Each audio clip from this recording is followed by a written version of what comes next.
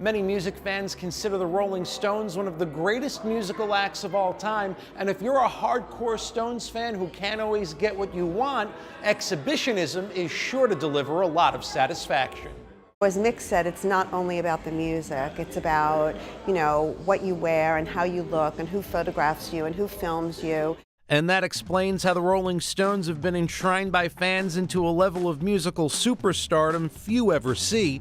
Of the top 20 grossing tours of all time, 4 belong to the Rolling Stones, and when adjusted for inflation, 2 of the top 3 spots belong to the Bad Boys from London. And they really participated in these amazing artistic collaborations, which really kind of catapulted their imagery to the forefront of popular culture. Eileen Gallagher has a lifetime of curation experience, starting in New York's art museums and moving on to the Rock and Roll Hall of Fame before setting out on her own.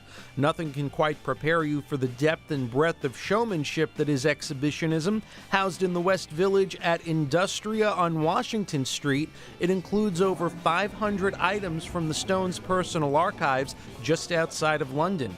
It's the first time the band has ever let anyone into the archives, let alone loaned out this rare collection of rock and roll history. They have a lot of things and they also don't have a lot of things. The band didn't really keep anything before like the early 70s because they had no idea that they were going to be famous, so they kept nothing and we had to rely on collectors for the early stuff. But for the later years, they were pretty good about keeping things, particularly fashion. There's about 3,000 items of fashion in the collection. Many of the band's outrageous outfits are on display, grouped in sections by theme and style.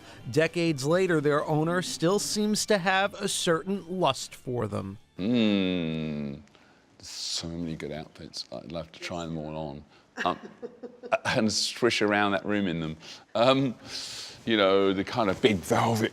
When you go in, there's this big mauve velvet one and then big pockets, and there's the Georgian ones and Regency ones, and then there's the kind of Aussie Clark jumpsuits. I'm sure I can still get into them. An arsenal of the band's guitars are on display, backset with an image of each being played by its famous owner, lyric sheets scrolled by the hands of true rock gods, and a very special piece to Stones drummer Charlie Watts. My sky blue pearl Ludwig drum kit from 1960. There was an influx in the early 60s of American drums in London, and Ringo had one of the first kits, and I had one pretty close, so it's got a lot of memories really. And if you look at the pictures, there's a lot of shows with that drum kit. Over the years, the Stones were known for putting on elaborate shows with even more elaborate staging. Dioramas and diagrams show how it all came to life, but one section that's particularly personal to the band is the recreation of their recording studio. So it's almost school, and that was our learning area. This is where we learn how to record, how we taught other people how to record as well. And every studio is a special room. You work and it becomes your home, And so I'm very affectionate really about it when it comes down to it.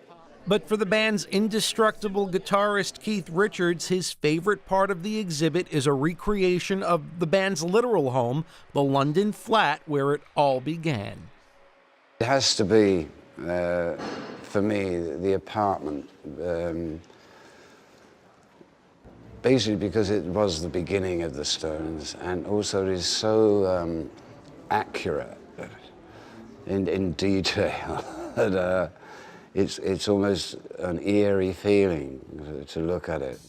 Exhibition runs through March 12, 2017. The exhibit also includes some elements we couldn't show you here on Arts in the City, like a special backstage area that leads to a 3D concert movie experience, only adding to an already impressive show. I want to walk